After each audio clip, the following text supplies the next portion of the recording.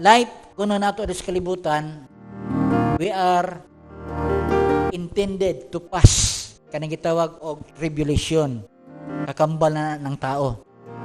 Gani kung ang mga panghitabo karon daghan na kaayog mga threat ang pagprovoke sa tao sa Ginoo sa kasuko pinaagi sa naga-increase nga pagpakasala sa tao.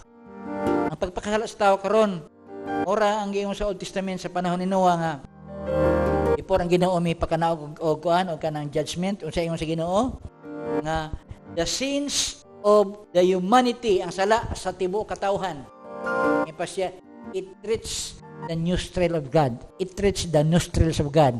Ang sala nga na himo sa tao nagtipunog unya nag-awas-awas ng gyud unya miabot kuno ngadto sa nostril sa Ginoo sa pagpanimhot sa Ginoo. Una na nga time and then God decided na matud pa niya, we will go down and let us judge the earth. So suko ang Ginoo sa sala sa tao sa una. Nya dili to mga sala sa mga tao lang unbeliever. Bisan pa tong dunay pagtuo sa Ginoo kay sino may pagtuo yung may pagtuo. Yan siya, I will judge the whole earth. Pero i-spare niya ang kato mga tao nga nag-acknowledge sa Ginoo. O nga ang pag-acknowledge sa Ginoo nato migsuon permanente na nato nga i-develop ato nang pauswagon kay mauna ang iha sa Ginoong konsiderasyon para i-consider po ta niya para i-spare ta niya sa iyang kasuko.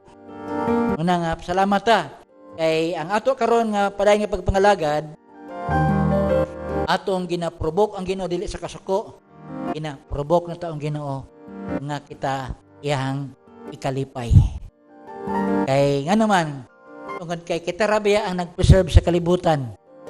Ang Biblia ang asin mao ang nahimong season sa kanang usa ka butang o sa mga butang. Subot pasabot nga ang nag-preserve sa butang pwede madaot sama sa labi sa mga karne sagwa ng refrigerator ang asin. So ang asin mo ay gitawag og nag-preserve. Salamat ta kay kung ang asin nag-preserve sa mga butang para dili siya madunot o di na mapuslan. Ang ingon po sa Biblia kamo diri sa ato giadto ni Christ sa iyang gisulti sa chapter 5 verse 16 sa Matthew. Kamo mao ang asin. Ang asin na sa kabutang. Pero ang atong pagka-asin ingon siya kamo ang asin sa kalibutan. So tibok kalibutan na preserve ang kasuko sa Dios. Dili sa Ginoo na bubo ang kasuko sa para sa tibok kalibutan sama sa nahitabo sa unang kalibutan kaniadto tungod kay dunay mga asin. Ang asin diha nga nahimong nag-preserve para dili ang Ginoo mububo sa kasuko ang kinabuhi sa mga Christian. Amen. So ang imong kinabuhi akong kinabuhi nga naa sa Ginoo, ora man niya nakapapreserve. Ngano ang Dios dili judge sa kalibutan nga unta naabot na sa nostrils nila ang ilang sala. Kaya kung doon ay kanang di makbangbang nga baho may abos ng Ginoo naampoy mo bangbang nga pahumot naampoy di mabangbang nga kahumot unsa man na ang atong pangalagad sa Ginoo. Kaya ingon pa sa Romans chapter 12 na our service to God is the sweetest aroma that reach to the nostrils of God. So doon na roy ka na kung baho na kayang sala sa mga katawhan sa kalibutan nga murag ang Ginoo mo step down na para mo go down na para iyang i-judge naman po'y nagapugong kay para di tamadamay ang ato pong gitawag og life nga atong giserve sa Ginoo mao pud ni ang nagpreserve sa kasuko sa Ginoo nga dili sa niya ibubo nga naman kay naa pa ta diri. Amen.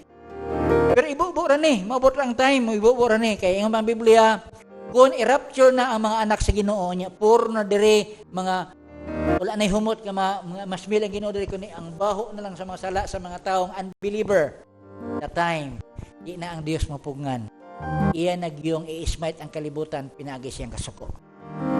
Muna nga karon ang atong pagka humot og sweet aromas na ba nga sa Ginoo ato gining pahamuton para ang Dios tagaan patanyag time nga ang atong life mahimo pagyong mo elevate og ang kaning mga butang nga kulang pa nga nakulang pa nato ato pagini siyang gitawag og ma-accomplish ang atong butang to kasing-kasing katong gisulti ni Christ matud pa niya nga akong i-prepare para kaninyo kung unsa kung naka-prepare na to pare-pareho ta tanan then kadto igsuon iyang ihatag sa ato time will come mo ang part sa Ginoo amen ang atong part o lang nang itawag og kay ingon siya I will go and prepare a place for you and siya kamo po nga bilin you will also prepare so that you will be worthy to have that place para sa inyo ha mahimo tang worthy nga tagaan ato amen